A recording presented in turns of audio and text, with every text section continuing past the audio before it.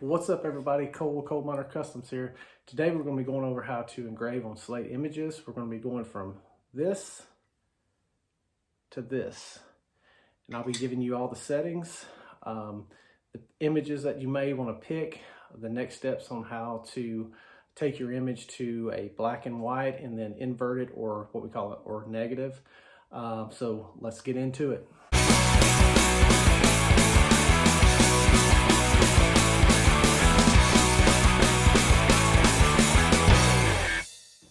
Today's video is going to be brought to you by the Xtool M1 machine.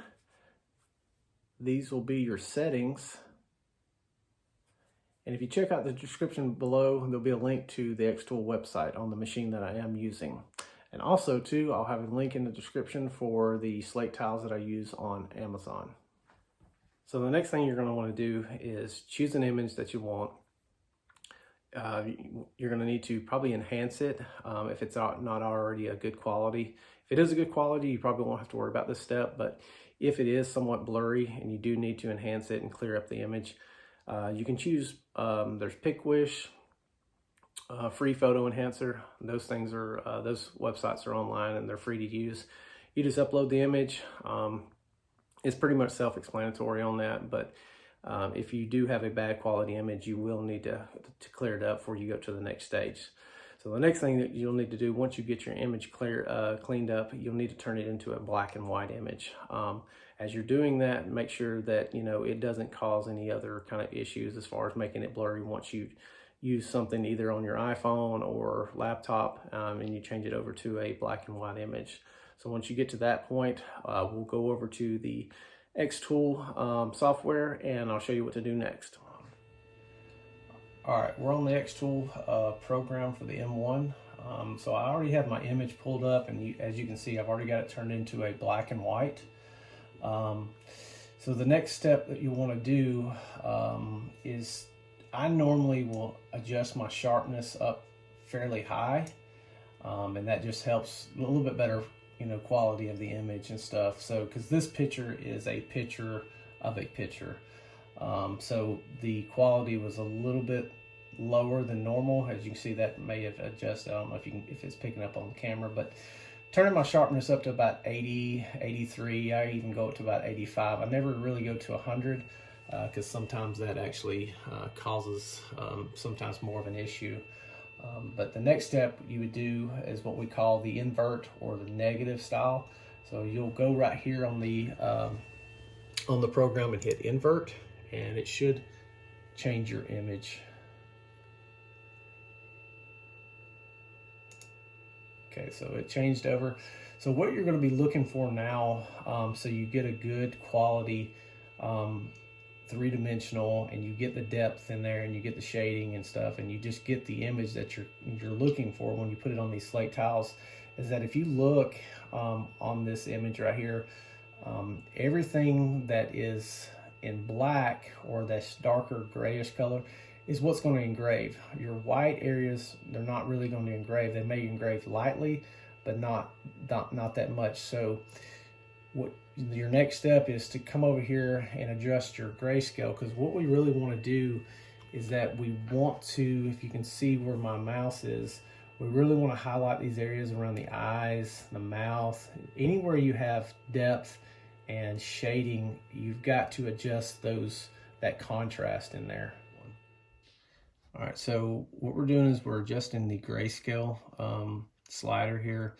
Got it set on about 28 on the bottom slider, and then on the top slider we're going to come down. So that's going to do, is that's going to actually darken up some of the gray area, but also leave our highlights where they're at right now. So let's go down to about 210 and see what that does. It should adjust here in a second. Okay, so I'm pretty happy with this. I've been doing this a little bit, but like I said, what you're looking for is these highlighted areas. You want to try to make sure that they're not more of a I guess of a lighter gray, because they still will engrave. So if the laser does pick it up, your whole image is just going to be nothing but just a big large engraved unseen image. So things to remember, get your sharpness right, good quality image. Coming in here, bringing out these highlights to where they're more white in here, and the laser really doesn't pick that up. It's just going to pick up more or less the grays and the black tones. If you look real close, so I wanted to bring the camera in a little closer and show you the depth that I was talking about. So if you look real close right here, you've got these lighter and these darker areas. So that's what you're going to be looking for as well in your image, because that's going to give you the quality that you're looking for. So the next step, we're going to put our slate tile on our bed here, and I always put it where the laser's at. Shut my lid, come over here, and then hit auto measure a couple times to make sure that I get a consistent measure.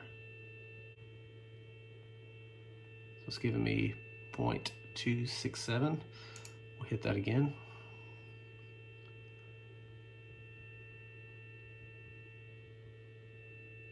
Okay, so I'm getting a consistent measurement of 0.267. All right, we've got our image right here. We'll go ahead and get it aligned how we want it. So got that pretty centered. And you always do a framing, make sure that it goes around your project where you want it lined up at. All right, the next bit of settings that you're going to want to do for your engraving. Now, this is what's worked out best for me and my machine, is power at 50, speed at 130, and then 1 pass. All right, we're going to do the framing, make sure that's within our perimeters.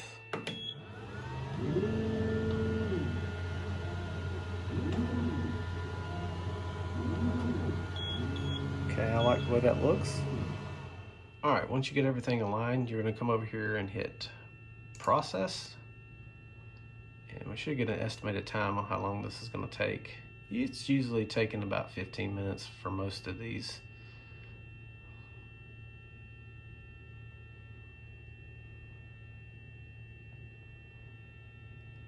So it's giving an estimated time of 14 minutes. So it's usually right around 15, 16 minutes.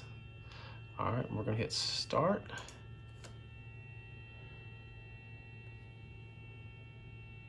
And let it process. All right, we just finished this up, and it did take it right around 16 minutes to complete.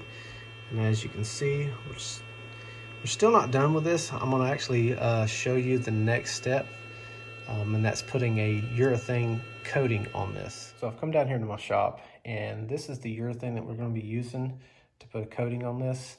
And it's from Minwax. It's a fast drying polyurethane. And I've already got one coat on it, and if you can see, what it will do, if the camera's going to pick it up, it actually will help highlight a lot of the parts of the images or the image. And because when you first pull it out of the machine, it's going to look real dull.